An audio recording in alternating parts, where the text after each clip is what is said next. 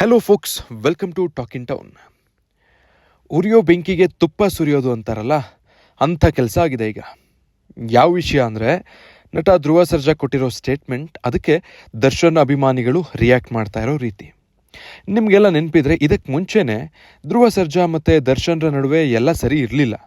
ಅವರಿಬ್ಬರು ಪರಸ್ಪರ ಮಾತಾಡೋದು ಬಿಟ್ಟಿದ್ರು, ಒಬ್ಬರ ಮುಖ ಒಬ್ಬರು ನೋಡ್ಕೊಳ್ತಾ ಇರಲಿಲ್ಲ. ಇದೆಲ್ಲ ಬಹಿರಂಗವಾಗಿಯೇ ಗೊತ್ತಾಗ್ತಾ ಇತ್ತು ಅಭಿಮಾನಿಗಳಿಗೆ.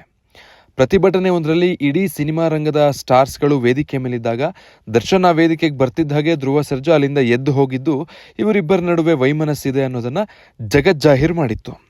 ಅದಾದ್ಮೇಲೆ ಧ್ರುವ ಸರ್ಜಾ ಹುಟ್ಟುಹಬ್ಬದ ಸಂದರ್ಭದಲ್ಲಿ ಕೂಡ ಈ ಬಗ್ಗೆ ಪ್ರಶ್ನೆ ಮಾಡಿದಾಗ ಟೈಮ್ ಬಂದಾಗ ಹೇಳ್ತೀನಿ ಅಂತ ಅಂದಿದ್ರು. ಈಗ ರೇಣುಕಾಸ್ವಾಮಿ ಕೊಲೆ ಪ್ರಕರಣದಲ್ಲಿ ದರ್ಶನ್ ಜೈಲು ಪಾಲಾಗಿರ್ಬೇಕಾದ್ರೆ ಅವರ ಅಭಿಮಾನಿಗಳು ಒಂದು ನಿಲುವು ತಗೊಳ್ಳೋ ಪ್ರಯತ್ನ ಮಾಡಿದ್ರು.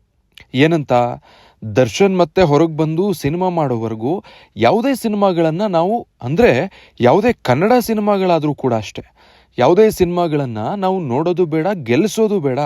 ಯಾವ ಸಿನಿಮಾ ಓಡಬೇಕು, ಯಾವ ಸಿನಿಮಾ ಓಡಬಾರ್ದು ಅನ್ನೋದನ್ನು ನಾವು ಡಿಸೈಡ್ ಮಾಡ್ತೀವಿ ಅನ್ನೋ ಅರ್ಥದಲ್ಲಿ ಒಂದು ನಿಲುವನ್ನು ತಗೊಳ್ಳೋಕ್ಕೆ ಡಿ ಬಾಸ್ ಅಭಿಮಾನಿಗಳು ಮುಂದಾಗಿದ್ರು.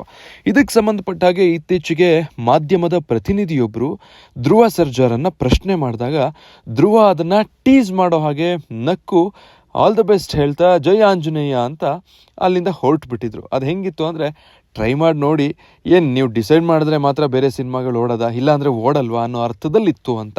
ಸೊ ಅವರ ಈ ರಿಯಾಕ್ಷನ್ ಈಗ ಅಭಿಮಾನಿಗಳ ನಡುವೆ ಮತ್ತೆ ಫ್ಯಾನ್ಸ್ ವಾರ್ಗೆ ದಾರಿ ಮಾಡಿಕೊಟ್ಟಿದೆ. ಇದಾದಮೇಲೆ ಯಾವಾಗ ಧ್ರುವ ಸರ್ಜಾರ ಈ ವಿಡಿಯೋ ವೈರಲ್ ಆಗೋದಕ್ಕೆ ಶುರು ಆಯಿತು, ಆವಾಗ ಮತ್ತೊಮ್ಮೆ ಅವರನ್ನು ಪ್ರತಿಕ್ರಿಯೆ ಕೇಳಲಾಯಿತು. ಆಗ ಅವರ ರಿಯಾಕ್ಷನ್ ಇದ್ದಿದ್ದು ಹೀಗೆ: ಅದು ರಾಜನೇ ಆಗಿರಲಿ, ಮಂತ್ರಿನೇ ಆಗಿರಲಿ, ಯಾರೇ ಆಗಿರಲಿ, ಎಲ್ಲರೂ ಕೂಡ ಕಾನೂನಿನ ಚೌಕಟ್ಟಿನ ಒಳಗೆ ಬರ್ತಾರೆ.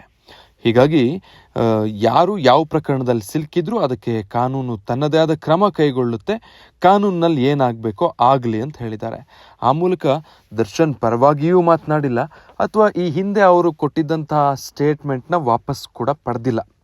ಎಲ್ಲೋ ಒಂದು ಕಡೆ ಧ್ರುವ ಸರ್ಜಾ ಅಂತ ಅಷ್ಟೇ ಅಲ್ಲ, ಸಾಕಷ್ಟು ಕನ್ನಡಿಗರು, ಸಿನಿಮಾ ಪ್ರೇಮಿಗಳ ಅಭಿಪ್ರಾಯ ಕೂಡ ಅದೇ ಆಗಿದೆ. ದರ್ಶನ್ ಯಾವುದೋ ಒಂದು ಕೇಸಲ್ಲಿ ಜೈಲ್ ಪಾಲಾಗಿದ್ದಾರೆ ಅನ್ನೋ ಕಾರಣಕ್ಕೆ ಅವರ ನಟನೆಯ ಸಿನಿಮಾ ರಿಲೀಸ್ ಆಗೋವರೆಗೂ ಇನ್ನು ಯಾವುದೇ ಕನ್ನಡ ಸಿನಿಮಾಗಳನ್ನು ಗೆಲ್ಲಿಸೋದು ಬೇಡ, ನೋಡೋದು ಬೇಡ ಅಂತ ಒಂದಷ್ಟು ದರ್ಶನ್ರ ಅಭಿಮಾನಿಗಳು ಅನ್ನಿಸ್ಕೊಂಡವರು ಹೇಳ್ತಾ ಇರೋದಾದರೆ ಅದು ಸ್ವೀಕಾರಾರ್ಹವಲ್ಲ. ಈ ರೀತಿಯ ನಡವಳಿಕೆಯನ್ನು ಟಾಲರೇಟ್ ಮಾಡೋದು ಒಳ್ಳೆಯದಲ್ಲ, ಮತ್ತು ಇಂಥದ್ದು ಯಾವುದೂ ಸಾಧ್ಯ ಕೂಡ ಇಲ್ಲ. ಯಾವ ಸಿನಿಮಾ ಗೆಲ್ಲಬೇಕು, ಯಾವ ಸಿನಿಮಾ ಸೋಲಬೇಕು, ಯಾವ ಸಿನಿಮಾ ನೋಡಬೇಕು, ಯಾವ ಸಿನಿಮಾ ನೋಡಬಾರ್ದು ಅನ್ನೋದನ್ನು ಯಾವುದೋ ಒಬ್ಬ ಸ್ಟಾರ್ ನಟನ ಅಭಿಮಾನಿಗಳು ಡಿಸೈಡ್ ಮಾಡೋದಕ್ಕಾಗಲ್ಲ ಅಂತ. ಸೊ ಈ ವಿಷಯ ಈಗ ಸೋಷಿಯಲ್ ಮೀಡಿಯಾದಲ್ಲಿ ಕಿಚ್ಚು ಹೊತ್ತಿಸಿದ್ದು once again action prince Dhruva Sarja ಮತ್ತು ಚಾಲೆಂಜಿಂಗ್ ಸ್ಟಾರ್ ದರ್ಶನ್ ಅಭಿಮಾನಿಗಳ ನಡುವೆ ಕಿತ್ತಾಟಕ್ಕೆ ದಾರಿ ಮಾಡಿಕೊಟ್ಟಿದೆ. ಸೊ ಇದಕ್ಕೆ ಸಂಬಂಧಪಟ್ಟ ಹಾಗೆ ದರ್ಶನ್ ಬರೋವರೆಗೂ ಬೇರೆ ಯಾವ ಕನ್ನಡ ಸಿನಿಮಾನು ನೋಡಲ್ಲ, ಗೆಲ್ಲಿಸಲ್ಲ ಅಂತ ಆದರೆ, ಇದರ ಬಗ್ಗೆ ದರ್ಶನ್ ಅಭಿಮಾನಿಗಳ ಈ ನಿಲುವಿನ ಬಗ್ಗೆ ನಿಮ್ಮ ಒಪಿನಿಯನ್ ಏನು ಅನ್ನೋದನ್ನು ಕಮೆಂಟ್ ಮೂಲಕ ತಿಳಿಸಿ.